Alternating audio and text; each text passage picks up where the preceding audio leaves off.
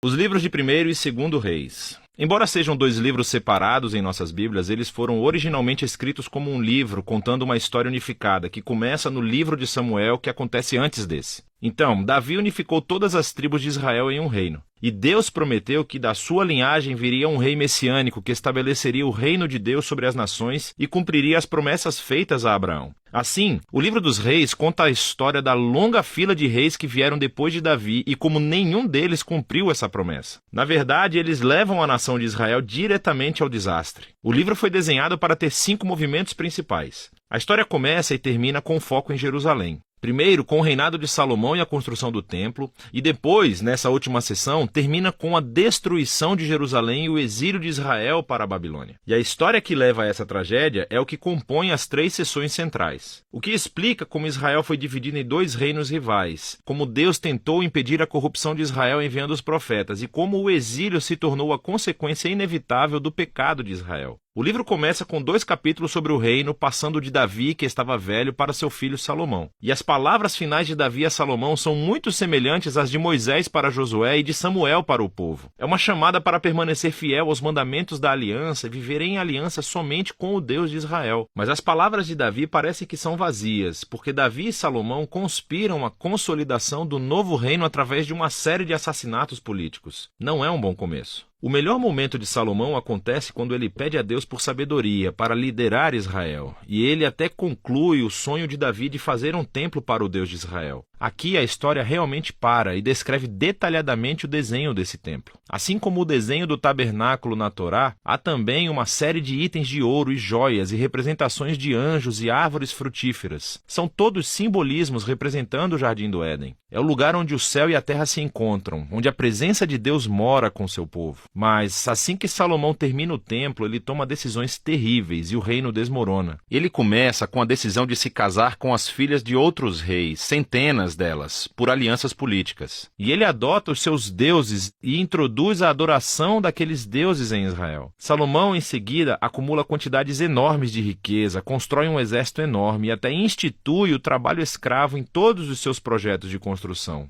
Agora, se você voltar para a Torá e olhar as diretrizes de Deus para os reis de Israel em Deuteronômio 17, Salomão está quebrando todas elas. No momento em que ele morre, Salomão se parece mais com Faraó, o rei do Egito, do que com seu pai Davi. A próxima seção do livro começa com o filho de Salomão, Roboão, agindo exatamente como seu pai. E é uma história muito triste de ganância e desejo de poder. Ele tenta aumentar os impostos para o trabalho escravo. E sob a liderança de Jeroboão, as tribos do norte rejeitam essa ideia, rebelam-se e se separam e formam seu próprio reino rival. Agora, na história, você tem o reino do sul, Judá, centrado em Jerusalém, com os reis da linhagem de Davi. E esse novo reino do norte, chamado Israel, cuja capital, eventualmente, será Samaria. Jeroboão também constrói 2 novos templos para competir com o templo de Salomão no sul. Ele coloca um bezerro de ouro em cada um para representar o Deus de Israel. A conexão com o Êxodo 32 e o bezerro de ouro é bastante explícita. A partir desse ponto, a história vai e volta de norte a sul, traçando o destino de ambos os reinos. Cada um teve cerca de 20 reis sucessivos, e à medida que o autor apresenta cada rei, ele avalia o seu reinado através de alguns critérios. Eles adoravam somente o Deus de Israel ou instituíam adoração a outros deuses? Eles confrontaram a idolatria que existia entre o povo, e eles permaneceram fiéis à aliança que fizeram com Davi ou se tornaram corruptos e injustos. E de acordo com esses critérios, o autor não encontra bons reis no norte de Israel, 0 de 20. E então, no sul de Judá, apenas 8 dos 20 recebem uma classificação positiva, o que conecta ao outro grande propósito deste livro. E esse é o de introduzir a função dos profetas, figuras-chave na história de Israel.